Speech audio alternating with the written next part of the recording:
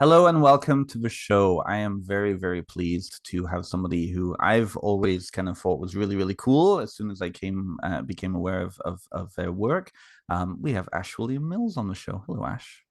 Hello, thank you for Hello. having me. It's always a pleasure, and I'm pleased that we were able to do this. I know you've been so busy with the with all of your various projects.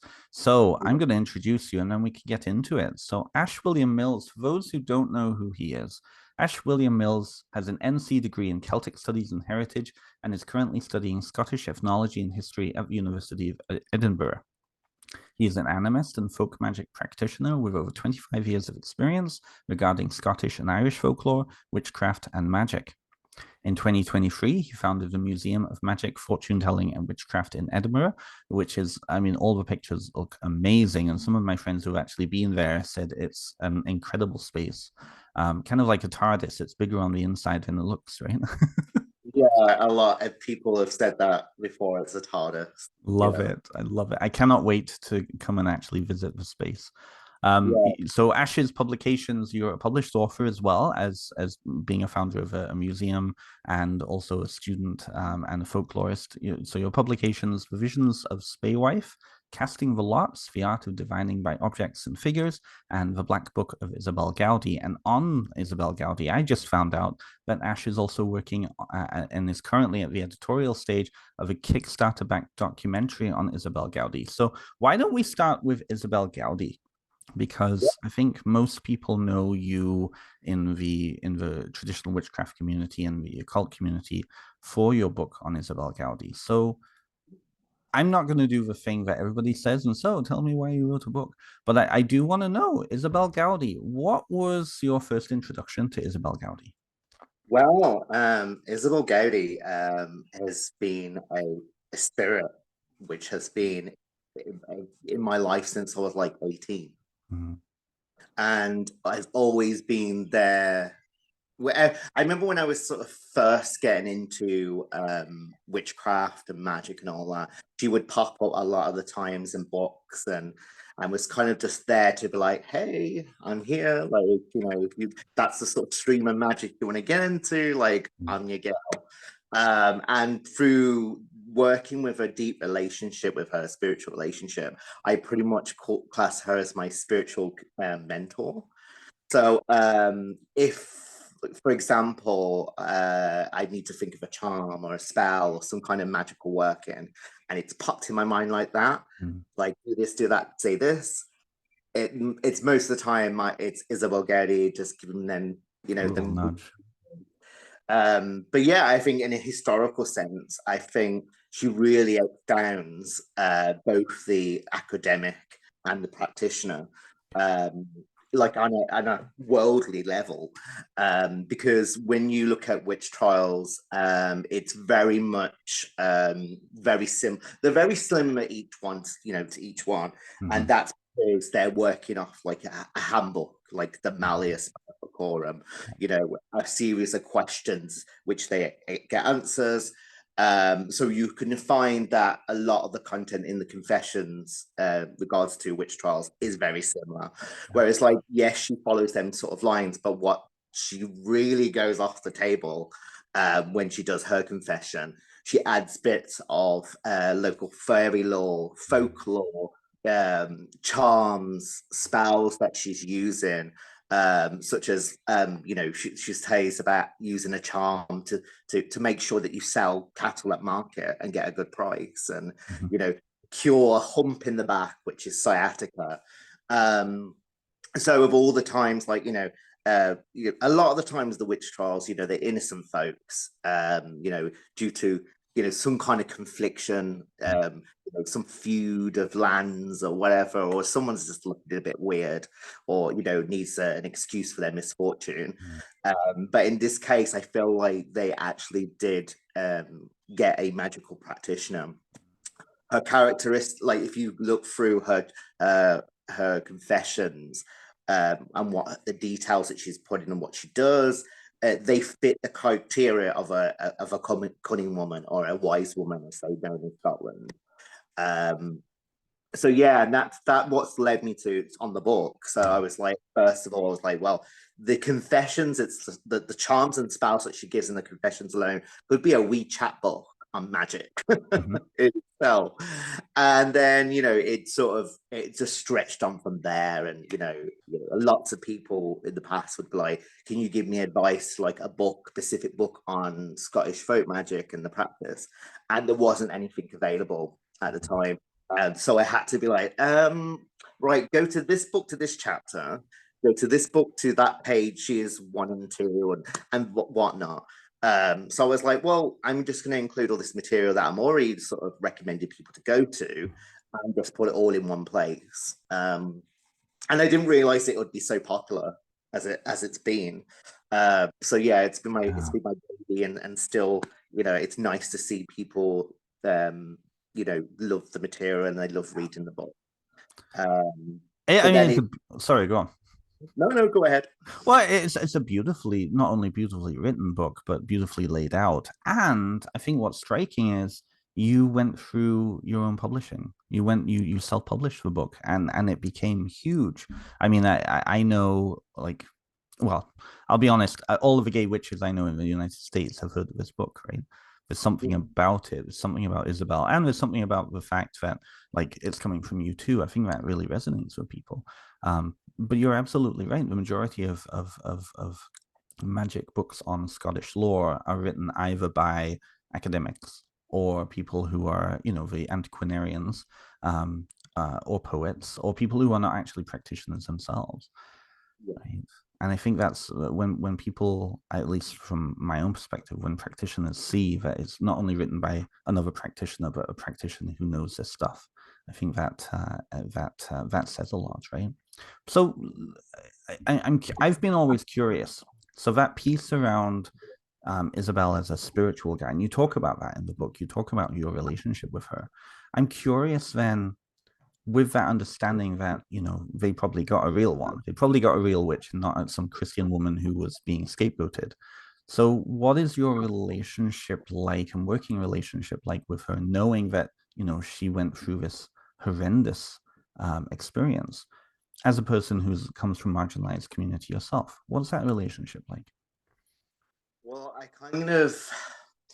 I would like to say I familiarize with her, but I can't really say that because I've never been through scrutiny and such oppression like she had gone through, and all the awful things that she must have gone through. Because although they say it was without torture, Mm-hmm.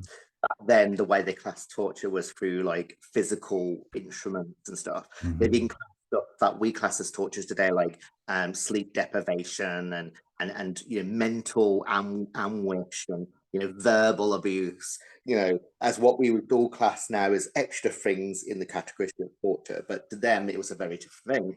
So in she still was into the bad conditions, sleep deprivation, whatnot.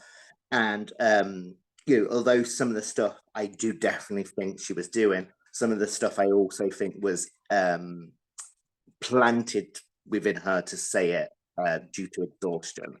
And yeah, I familiarize with her because I don't know, I've always been that sort of that weird one out. The black sheep of the family, the one that got picked on at school because Yeah. generally I'm like, weird to other people. Um, but yeah, I guess I don't know. It goes on a spiritual level. It's something. My connection with her is something that is. Mm-hmm. Uh, uh, I, I guess along the line I would figure that out eventually. Maybe when my dying breath, I'm like, oh, I got it. I Get it knew it, now. Yeah. and then I'll die. Um, but yeah, I always say it's like she just appeared to me, and my relationship with her has always been quite natural. Um, right. She can be a tough girl at times, but yeah. Sorry, I have to It's distract it. okay. No, another natural relationship with Neve there. Distract her with her toys in the meantime. But yeah, it's kind of something and relationship with her that's been quite organic. Um, but it's people always like, oh, that's interesting because people work relationships with like their familiar spirits and whatnot, or the devil, the folk devil. And people have always been like, oh, I've never really thought about working with other dead witches. And I'm like, it's not really common because, I make an example of Bessie Dunlop in Ayrshire in the late 16th century. Her familiar was a man that died at the Battle of Pinkie, as he told her, and was a man of the old faith, as he told her. But he also he was the source of what taught her healing charms and potions and stuff. And so when you look at this, you're like, well, it's not a fairy, it's not a spirit, like an otherworldly spirit. She's basically, her spiritual companion is a dead sorcerer. So it's not common. It's just so when I read about her case, I was like, okay, so I'm not the only person in history that's doing this. But I'm sure it's not even today. I'm sure people have a lot of relationships with dead sorcerers and witches and magical practitioners. I suppose in some ways it really depends on the type of relationship. I mean, so a lot of my work is around affinity ancestors and all sorts of different types of affinity ancestors. And working with an ancestor figure is very different from working with like a spirit guide, right? I mean, you know this. Everybody seems to know this without really needing to talk about it. But what I've noticed, at least in kind of my own studies, is that there are practitioners who are now, especially in the traditional witchcraft community, looking at those figures like the Pendle witches, for example. I was talking to Brett Hollyhead the other week about his relationship with the Pendle witches, and it seems like wherever you look, there are some practitioners who are starting to come on to working with these figures, both as affinity ancestor but also a spirit guide. So it's kind of interesting. But you're right, it's something that isn't either really talked about or people don't think of it in that way. Yeah. Or maybe they're just doing it naturally and just not And questioning just it. not conceptualizing it. Yeah. Yeah, for me, it comes naturally because a lot of what's core to my practice is ancestor work. So I don't really work with deity. I don't work with like sort of sometimes saints and a few deities, but mostly it is ancestral based. And I always say that you can work with your ancestors like you do with your deity. So, for example, you may have a family member like mine that was really good at sewing. So you need to get this garment done or whatever, and you want to not be able to do silly mistakes where you have to pick it, unpick it, and then resew it. So you would ask your ancestor that was really good at sewing to make sure you don't fuck up. It's true. The same way that you do with, you've got a relationship with deities. You might be a deity of love or a deity that's to do with justice. They're just characteristics. They are, what that deity is really good at. So if you look at your own ancestors, they'll have some kind of skill that they're really good at, and you're just happen to going through a project at the time that is to do with them. You can call on them and say, look, make sure I do the best as I can and don't fuck up, because I don't want to have to keep redoing my mistakes while I'm making this project or whatever. And majority of the time, it really works. And I always say, like, with with deities, you kind of have to build on that relationship. Whereas, like, you don't so much with your ancestors because they already know you. They're already in there. Exactly. Yeah, they are. Yeah. It's an interesting thing. So many people, when you put it that way, so many people think with ancestor work, or at least I'm coming across, is they have this idea of, I have to build all these relationships and I don't know who they are and I don't have the identity, and yet they are inside. It's the same as having a relationship with, great aunt Florence or whoever, right? But it's curious. Sorry, go on. I was going to say it's the same as like when I work with the dead. And I need some help in life. There was one situation, I was living with a friend of mine, and we wanted to move to a different apartment, and we wanted something very specific, and wanted, within our price range. So we just went to the graveyard, and we was like, "Hey, folks out there, whoever has some, good friends that are on the other side that are good at realting. That is that love their job at selling and buying houses for folks. Here's an offering. This is what we need, and if you take on this, we'll also give you this as well. So, and it worked. And you enjoyed your apartment? Is that the apartment you're in now? No, that was some years ago now. But no, this is completely apartment, different apartment. But yeah, we got exactly what we wanted, even down to like the open fire. Wow. So yeah, so I always see that the graveyard is like it is it is a community of spirits that all have different skills. I love working with the graveyard, because you can walk around, and each of these dead, they have skills and abilities that are just ready, like that they're so willing and ready to help out. So yeah, like it is so pretty much the graveyard. If you want something done, there's going to be a spirit there buried that has that skill to help you. Absolutely. So, absolutely. It was probably a dead realtor or housing agent. Something. Yeah, exactly. Yes. Because they live their living, they will be more willing to help you in dead. So that's my experience of the dead, is that they are so interested in not only, helping the descendants, but also helping to create more descendants, right? That's, I think, what a lot of people in ancestor work, what I'm noticing anyways, it's a very kind of self-centered thing. It's like, okay, me and my life.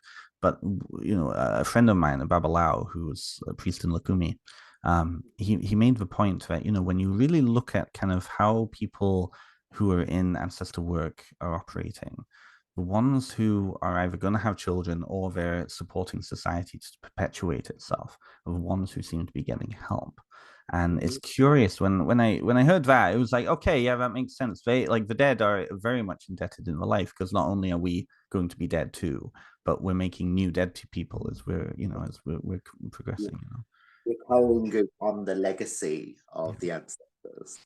So we have responsibility then to prepare ourselves, become the dead, to then to carry on that circle, and then encourage our future predecessors to carry on and pass on wisdom, and to be freely to help your future kin when you're dead.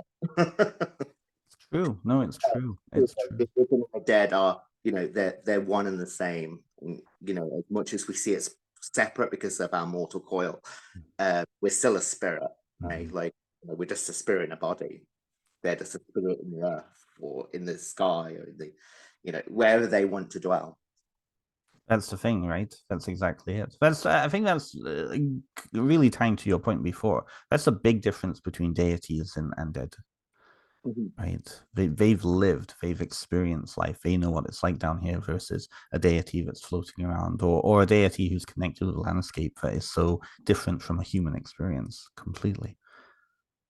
The way I view deity is quite different as well. Like, I just see them as a really, really great ancestor that lived many years ago, that is being venerated because of the things they've done, and because people remember them. They stay on the other side of the elite of the other world. I just see them as just a really, really big ancestor. Deities. Yeah, with a lot of descendants, a lot of people that they're looking at. Yeah, it's true. Yeah.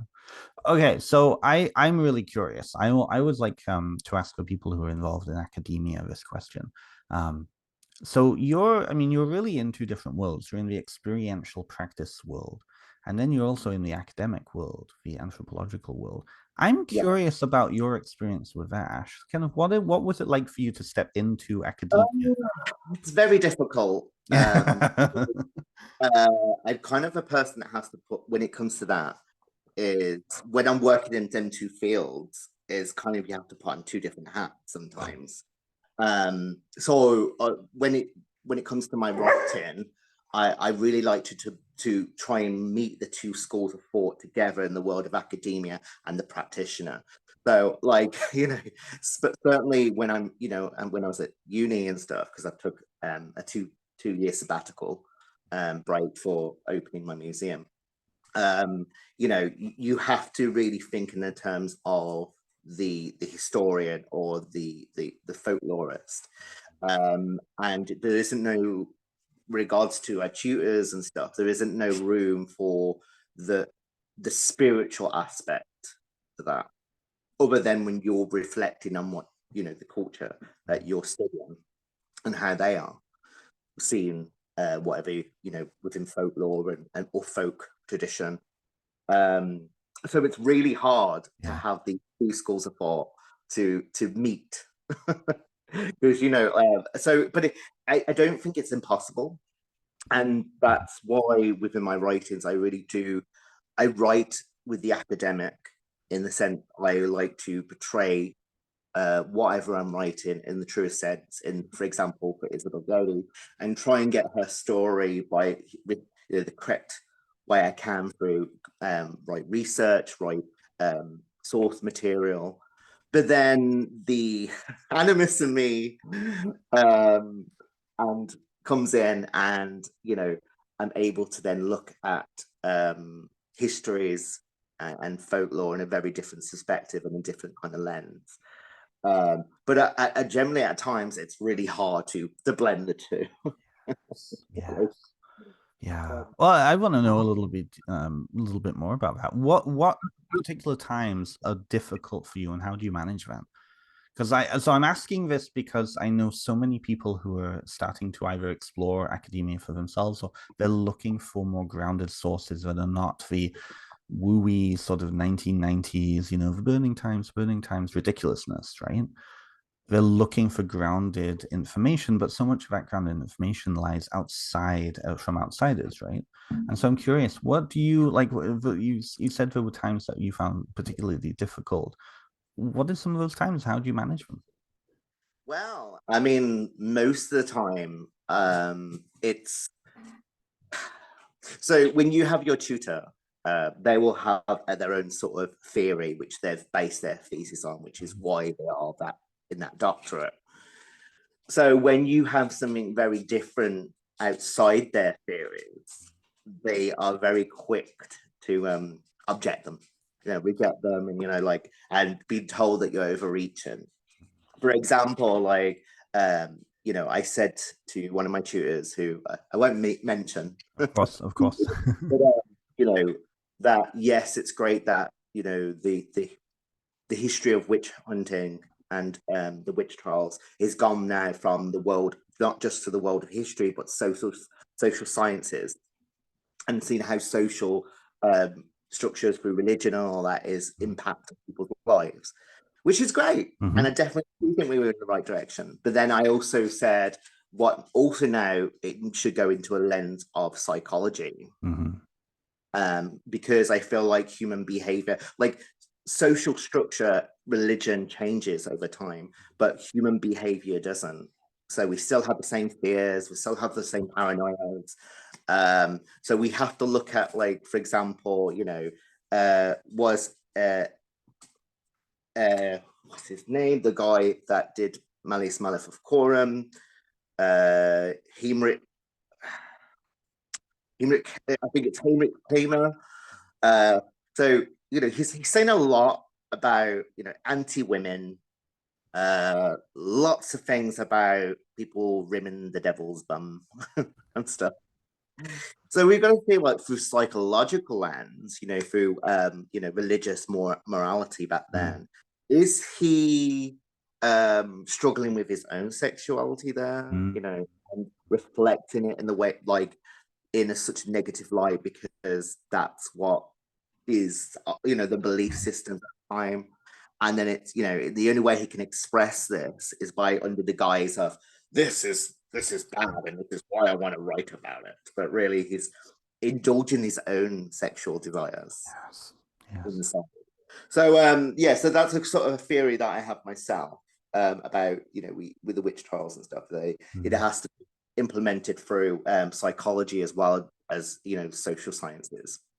and especially that, like I said, human behavior doesn't really change that much. So it's because it's really hard to put your head in your headspace in the mind of a 17th century person. Absolutely. Yeah. So much has changed, religious wise, social wise, the way of thinking. But you can easily do that when you look at human behavior, and you can Absolutely. relate that because human behavior doesn't change that much at all. Mm.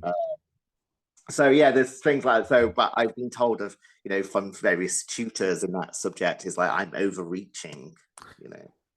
What's that like Um, for you to hear that, especially as a practitioner and somebody whose kind of practice is in line and connected with his academia? What's that like for you to hear that?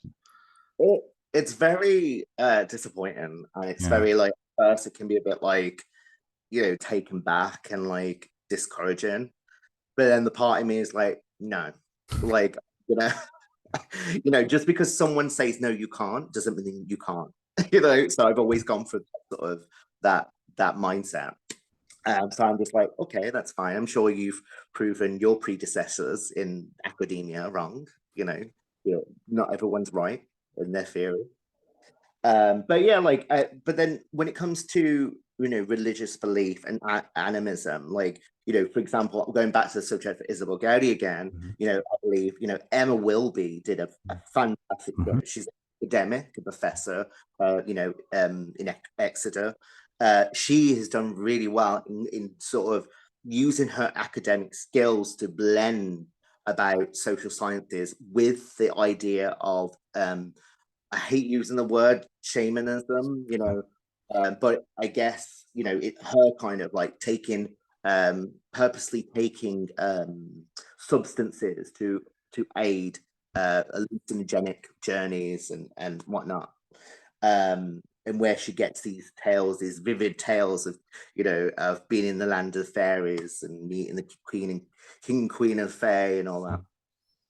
And she talks about animistic beliefs, and how although Protestantism was quite dominant then, however, it's for people to really have gone on that stance, it took a lot more centuries for people to get other beliefs before that, like Catholicism, which is very folky in itself. Absolutely, it is. Yes.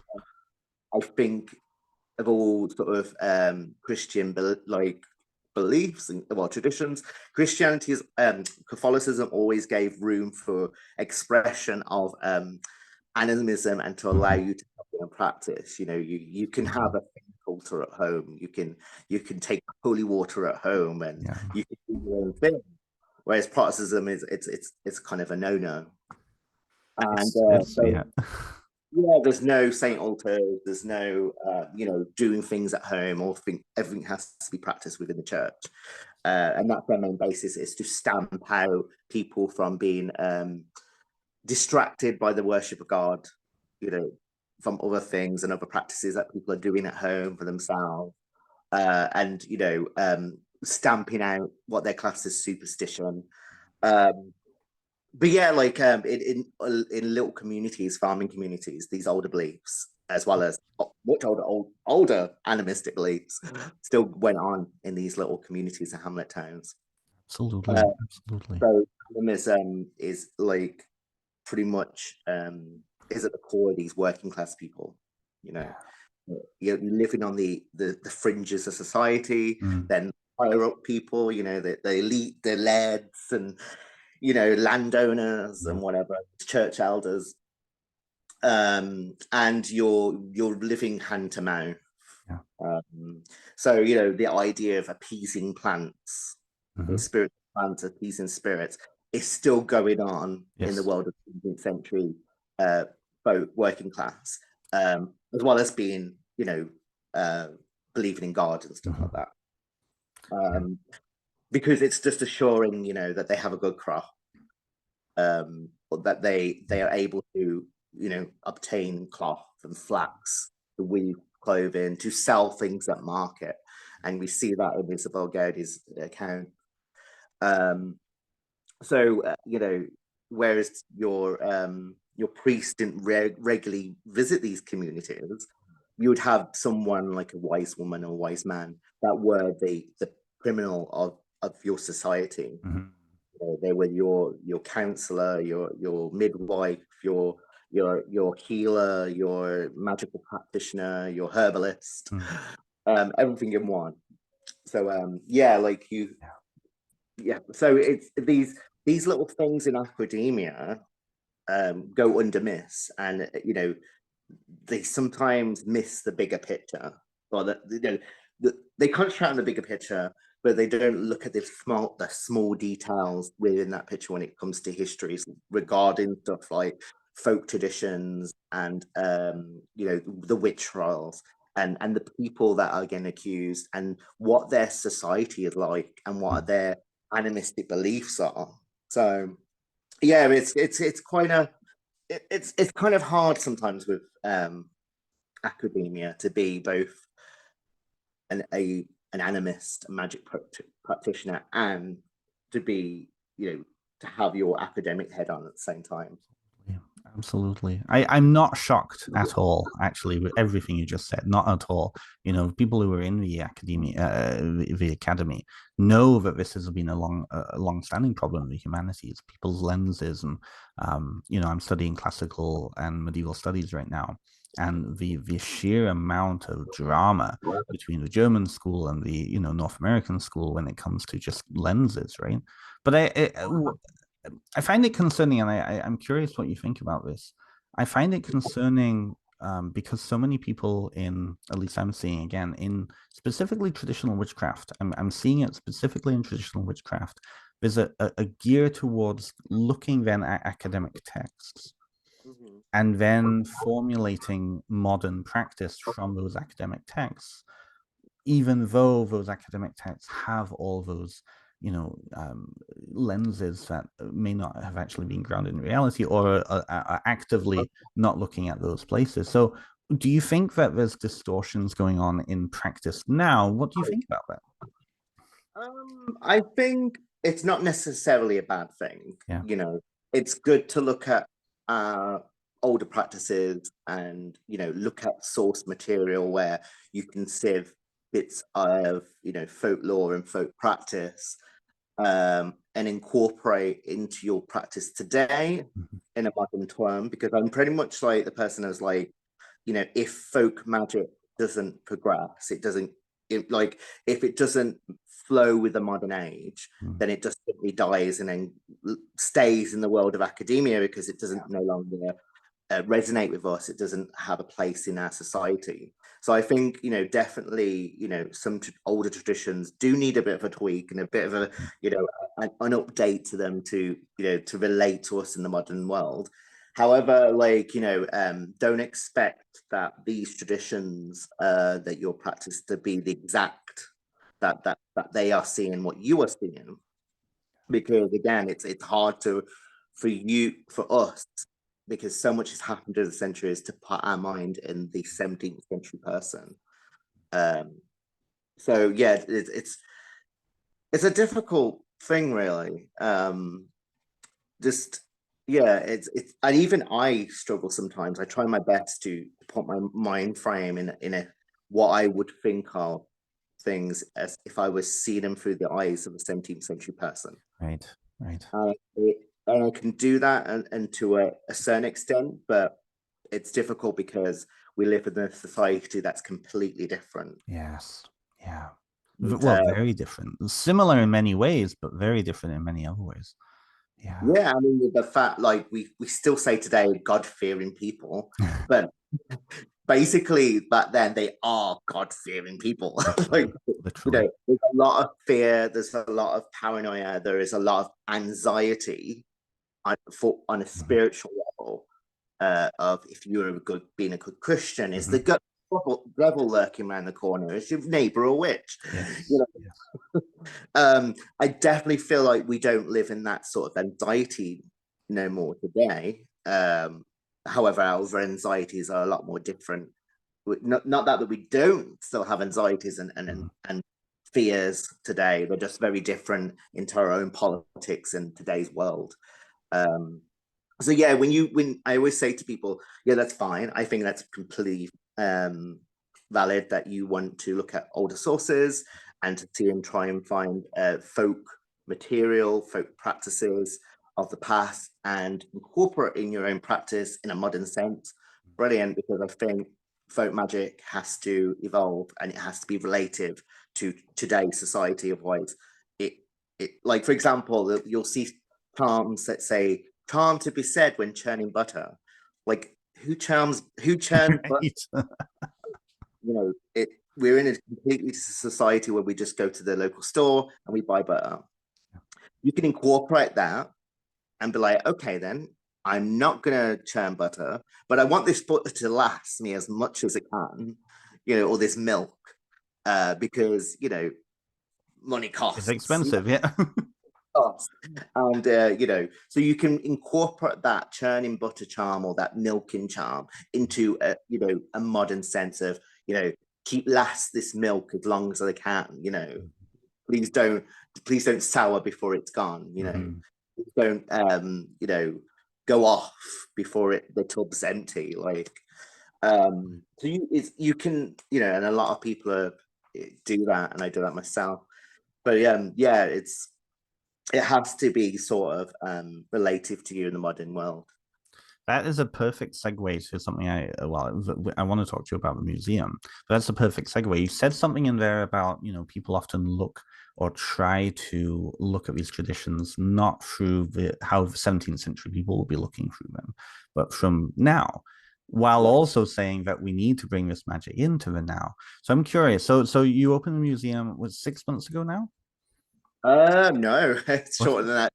3 months ago. But 3 months. I had the keys and working on it 7 months. Yeah, I guess 6 months, but 3 months that was me doing renovations. But Open. it's been open for 3 months. That's awesome. So you're located right in the middle of Edinburgh. Yeah, You've had a yeah, lot of visitors. I've seen like your open house. You had something like what 20 people in there. yeah, ridiculous. Before I ask you about kind of what Like to stick it at them numbers if I do an event like that, because the place is quite it's not exactly big, but it's not small, but it's not exactly big. So now I know to keep it at that number in the future. It's too funny. Well, I'm not going to ask you about that, but I will ask you something. I want to know before we kind of get into like what persuaded you to take on this huge project. And it looks, first of all, amazing, like I said. But I'm curious, in that bringing things from the 17th century, bringing those practices into the modern day now to be viewed by people just coming in, and not everybody who's going to be coming in are going to be practitioners themselves. But I'm curious, over the past 3 months, what have you noticed about how visitors are taking in these magical objects? Um, it's a mixed bag, Yeah. really. It really depends on the person that the visitor. For the magical practitioner, or the academic, they're like, brilliant. This is what Scotland needed, la la la. And there's one down way down south. Scotland needs it because Scotland was the third worst, in Europe for witch hunting, and is renowned for its magical traditions and folk practices. And then you'll have people that like, I never knew this was magic, like folk magic. My granny did this, or my granddad had that similar charm, or the one time we was renovating a house and we saw a dry cat, we didn't think nothing of it and threw it in the bin, like, and I'm like, ah. But so I think majority of the time it's nice to see that people on what they see, which basically in the past it's just what people did. The word folk magic is a new term through academia, but back in the past, and certainly to my own granny, it's just little things you did, Yeah. just little nicks and crunnies that you did because you were taught that and it worked. So why not? So it's nice to see that people can relate to certain items and Mm. be like, oh my god, like I never realized that was magic, like folk magic, like I do that sometimes, or my granny used to do that, and it kind of brings awareness to people that these are folk traditions. They're Yes. not just little things that you do. Yes. Of course they are, but they are part of our heritage, Mm-hmm. our magical heritage. So it's good to see people think about their little things that they do or in their family, and to see them in different lines, and then they feel um, more happy about it because they're like, actually, this little thing that we do is quite special. It's something that it's not just a little thing that we do. It's something quite special within our family now, and it brings that context, the museum, to people's practices within their family. Absolutely, absolutely. They're relating to it on a deep personal level, which is, I mean, Mhm. that's really the goal of any museum, that people can walk in and relate like that. Yeah. So 101 kind of question, why the museum? What made you what persuaded you to start putting this museum together? What was the journey of it? Well, there's like kind of two stories to this. Not stories, but two things that I've kind of that has made the museum is now. So I just, I guess the one thing, I am completely inspired by the museum down in Cornwall. Mhm. The first time I went down there was when I was like 13. My sister and brother-in-law took me there. Around about 13, 14, my sister and brother-in-law took me a lot of places around the British Isles. And there's, including Edinburgh. Um, That's right, and because you were based in Birmingham at that point, weren't you? You grew up oh, in yeah, I'm Solihull, originally right? from Birmingham, which is like the Midlands Yeah. um, of England. And but yeah, so when I first went to the museum, after so much excitement previous years before that, I've always wanted to do it. It really preceded my expectations. I even have my sister even has a VCR. VCR. It's been years since I watched it, and like, it needs to be converted to DVD now because And put it in the museum afterwards. Right? I watched it on a VCR player. And my excitement is just like thinking about, oh my god, like puppet, oh my god, like person material, like oh my god, the horn god, like, and it was always like when I was 13, going to the museum, I was like, I would love a museum like this one day. I'd love it. And then it's the same as how my feelings for Edinburgh, you know, of all the places, the British Isles that my sister and brother-in-law taught me, you know, I was like, I'm gonna live here one day. I just knew it. I just felt there's something, a pull, a familiarness of some kind. Um, and it's just like, and we'd been in all places around, Britain, and that was the only place that I Yeah, you had felt. that feeling. Wow. And it's weird now looking, over 20 years on, Yeah. and here I am in Edinburgh, got a museum.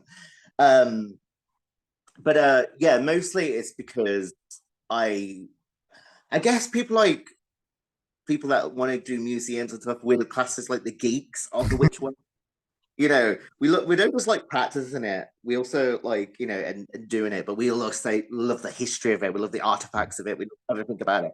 So we're like the geeks. We should probably, Oh, I'm familiar. totally. Oh, totally. So over the years, like a space of like 15 so years, I've collected bits and bobs from like private auctions or online or Mm. previously doing stuff on social media before through Scottish Cunning Ways. Someone might message me and be like, I inherit this item. What is it? And most of the time it was nothing. But on the other things, I was like, wow, like this is amazing. And the person mostly messaging me about it because they want it off their hands. They neither want to throw it away because they believe it will give them bad luck, but they neither want to keep it because they feel like it'll give them bad luck. So I'm like, don't throw it away. I will have it. I will find a place for it. So a lot of my things as well, sadly, for years had to be put in like storage and all because I just didn't have any room for them. But however, I didn't like the idea of them being thrown away or, Yes. Yes. yeah, people feeling comfortable about this thing that they've inherited or found or whatnot. And then recently, like we've only been open 3 months, and it's amazing how we're already having people donate things. Like Mhm. one is a book of shadows from the Whitecroft line of wicker, which I found that specific book of shadows, because it's beautifully bound in like leather and gilded and illustrated beautifully. I found out by one of the members of the Whitecroft tradition that it's free of its kind. That it was, Wow. and yeah, the one of the leading elders, I can't remember his name, what they said, um, took the a manuscript to be bound by like the people of like in Westminster, they do renovations for books and stuff. No, Oh, sorry, yes, yes. Mhm. no, the National Museum of the British Museum. The British Museum. Yeah, okay. I'm with you now. Three items, and the people that did the illustrations were the people at Trinity College in Dublin. That the people that sort of renovated the likes of like the Book of the Kells. Um, but they only did three of them, Wow. and each of these went to just the main elders of the Whitecroft line. Mhm. And I didn't know this. The woman of the person, sorry, because they want to remain Of anonymous, course, of course, of course. donated, donated the Book of Shadows. She told me as much as she could, and she said it was like I can say she was given to her by her high priestess, who in turn they were initiated by Gardner, Joe Gardner. And so she knew a little bit about it and stuff, and she would inherit it when that her high priestess died. And so that's as far as I knew about it. And then it wasn't until two members of that line, the Whitecloth line, told me about this. And like they actually came to the museum, they said they loved the items, and then they came back and I'm like, right, we've got something to sort of which bugging us, and we really want to speak to you about this. And I was like, okay, and they're like, and that's when they told me about it. There was only 3 copies of these made, and they're like, we think that's an actual genuine one, like one of the 3 copies. And I was like, what? And I was like, That's amazing. like Wicca's never been my world, but however, I do have exhibits about it. There's an exhibit that says, modern witchcraft and neo-paganism, and talks about the whole movement and revival of neo-paganism and witchcraft at the time. So we have artifacts as well. So a lot of people as well have donated magical tools and stuff within Wicca. Yeah, some of them are beautiful pieces. There's some pieces are like reconditioned from the 19th century. That's Um, incredible. Wow. there's one, for example, that was a man's affirmation during the 70s, and it's a goat-footed letter opener. Um, but that itself, I've looked at other examples online, and is 19th century. So it's quite common within Wicca at the time that that you would go to your antique stores, because there was no There was nothing. Yeah. yeah, there was no esoteric stores, like not what we can do today, the local esoteric store, and get yourself an affirmation and a Yeah. wand. So you really had to rely on antique stores that look kind of witchy or very classical in design, like pan figures and stuff. So it is beautiful. So it's quite common of that Mm. time where your magical tools would be something that was bought from an antique store. It makes total sense. Like you the point you were making. There wasn't metaphysical shops you could just go and buy these tools, Yeah. right? Yeah. So That's, it's just amazing that we've only been open for 3 months and people yeah. already starting to donate things, which are becoming these family of magical items, as they call it. Mhm. I love that. And I Yeah, think that speaks to people who, even if they're not practitioners, they know it's an object is important. There's animistic quality to it, right? There's a spirit to these. And and and and I add a new piece to the yeah. museum that's been donated or whatever. I introduce it to all the other pieces, Mhm. because I think they're all living. They all emanate some kind of their own power of their own. And it's when I open and close at night, open and close the museum, I always say, goodbye and hello and Yes. Protect the place, please, for the museum. You speak to the cat, right? Yeah, oh, definitely. I mean, he's the first thing that I sort of honor when I Salute. with Yeah. and stuff, and when I have to turn him off at the night. It makes me wonder then, because like so North America, we don't have that. So many of the objects that people would be using for magic over here are just every regular everyday objects that family members would just throw away because they just look like a regular pair of scissors or something like that, right? Very rare objects. And over there, there's such a wealth of objects hidden in cupboards or in the floorboards or whatever, right? It makes Mhm. me then wonder of your collection, which one of those objects were in proximity at some time in the past too, right? They've been Yeah, reunited after so many years. The ritual back in the 70s makes you wonder, right? yeah, and we Yeah. you don't know the stories behind these tools and Hmm. who own them, and are they related through other groups Yeah. within that Wicca movement, you know. And that's the Um, thing, you never know who what you never know of the history of an object. Sometimes mhm, find that out. I had an experience like that once where the maypole that was in a classroom, I was taking a lot of my classroom studies when I was studying psychotherapy, um, was the same maypole that belonged to somebody who I was another spiritual group. I was like 2 hours away. And those two people met and they got chatting. They were like, "Oh, the maple, so and so and blah blah." And it turned out to be their maple from like 10, 15, 20 years before. You never know, right? mhm.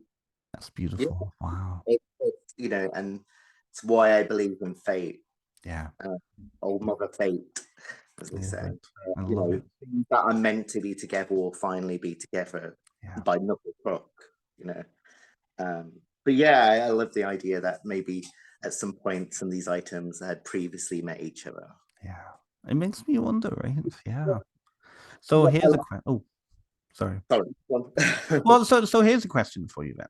Like, your collection is expanding. Like, it seems like you're adding new items all the time.